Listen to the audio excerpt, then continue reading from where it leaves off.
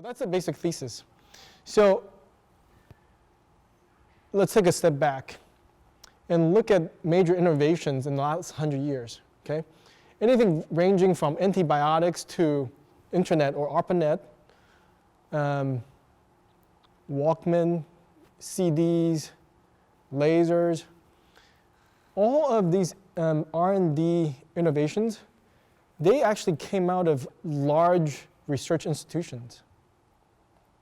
In other words, it's impossible for one of you guys to come up with, say, the fax machine, unless you were sitting inside some R&D lab in Japan with 100 PhDs who study optics, who study,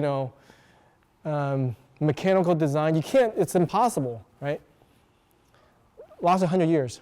So these innovations come from the core, right? And it has certain bias to this. In other words, if you weren't part of the right high school, you can't go to the right college. You're not part of that right college, you don't get hired into the AT&T Bell Labs or even PhD, right? So if you miss one of these on-ramp to innovation, you're not part of this. So this is what I call a core innovation, okay? Look at this. This is the last 20 years, right? None of these things came out of big labs. Most of these things, if not all, came out of people's living room. It came out of people like you guys. Someone who's smart, in that age range, taking risks, right? Have a few people like yourself, challenge what is once unthinkable, not afraid of failing, aim high, you come up with something big.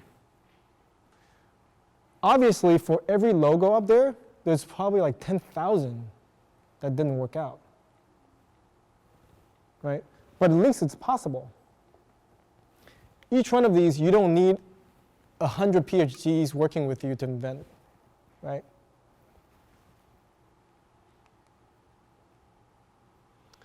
So part of this is also democratizing education, right? You no longer need to be part of the right school, right? Because knowledge is a commodity, right? And in fact, 20 years ago, if you're not part of AT&T Bell Labs, it's very difficult for you to, say, come up with a new optics or laser to change the way communication systems form. But today, those papers are online, right? And you have open source platforms. You could collaborate with someone in another continent. Laptops are cheap. Computational powers are readily available. You need to crank on something, swipe your credit card. You could buy, computation time on AWS, right? The barrier for innovation is at all-time low.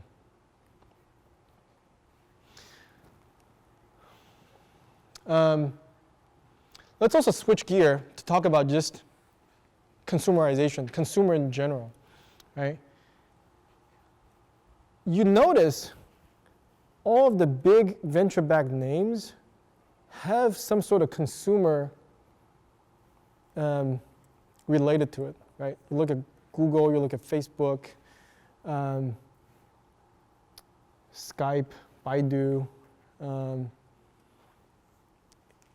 the main reason is consumers generally are more startup friendly, right, compared to enterprise.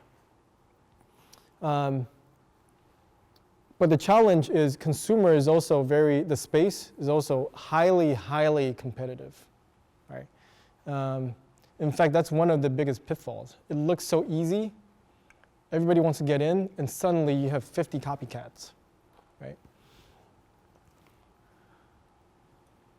Okay. So I think what's really interesting is if you could take some of the consumer technology that has already been proven out, and you take that technology and you apply to one of the verticals that are somewhat stodgy right? They're slow, regulated, and you could kind of figure out what these are. And it's really happening in front of all of us in slow motion, right? We talked about the enterprise IT, right? That has played out. The winners are the Salesforce, Workday, Marketo. These softwares are all out, right? And then fintech, people are going after that, right?